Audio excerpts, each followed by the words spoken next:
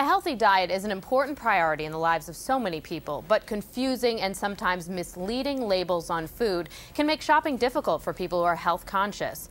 This month's ShopSmart magazine shows some of the tricks and the truths of food labeling. And to talk more about this, we're joined by Jody Rohlena, senior editor of ShopSmart. Good morning. Hello. So if you're not careful, you can get really fooled at the grocery store, can't you? You can. You can see these claims and think that you're getting something that's really healthy, but maybe not so much. So you really want to be smart about what you're shopping for. And so let's take a look at some of these items that we have here. The first one, this box of cereal, says whole grain guaranteed. Whole grain, yeah, and they are made with a whole grain, but that doesn't mean that they're a high source of fiber, and that's the big difference. You can get some fiber here, but not nearly enough for your daily allowance, so be careful with that. And so where can you find out exactly how much fiber there really is in there? Well, you need to look on the label. I mean, you know, technically you're looking for 3 grams in a high fiber source. This only has 1, so, you know, not enough.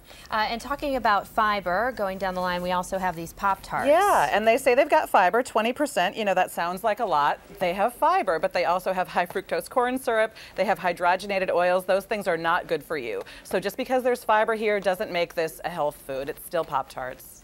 This Nutri-Grain box says made with mixed berry real fruit. Yeah, there's fruit in here. This isn't really like eating berries, though. Well, you know, when it says made with, that's a tip-off. It's got a little bit of the ingredient. It doesn't have a whole lot. I mean, yes, there's some fruit in here, but not enough fruit to really come close to your daily allowance of those kinds of nutrients. Eat an apple or an orange instead. Yeah, that counts as one of your, one of your yeah, 5, not that's easy. That you don't have to count that or read a label. I see this a lot in supermarkets. This spread right here, it says 0 of something bad, so no trans fats. Yeah, trans fats, and we all think, ooh, trans fats, those are bad, we want to avoid them. And in fact, 1 serving does not have what you count as a serving of trans fats. You can say 0 trans fats, but if you're using more than 1 serving, more than 1 spread of this, it can really add up. So suddenly you've taken in a lot more trans fat than you might want to. And we hear trans fat's not good for you. Yeah, avoid that if you can. Last item we have, a good source. What's this one promise? A good source of what? It's a good source of calcium. Now, it's a granola bar, so, you know, there's a little bit of calcium in here,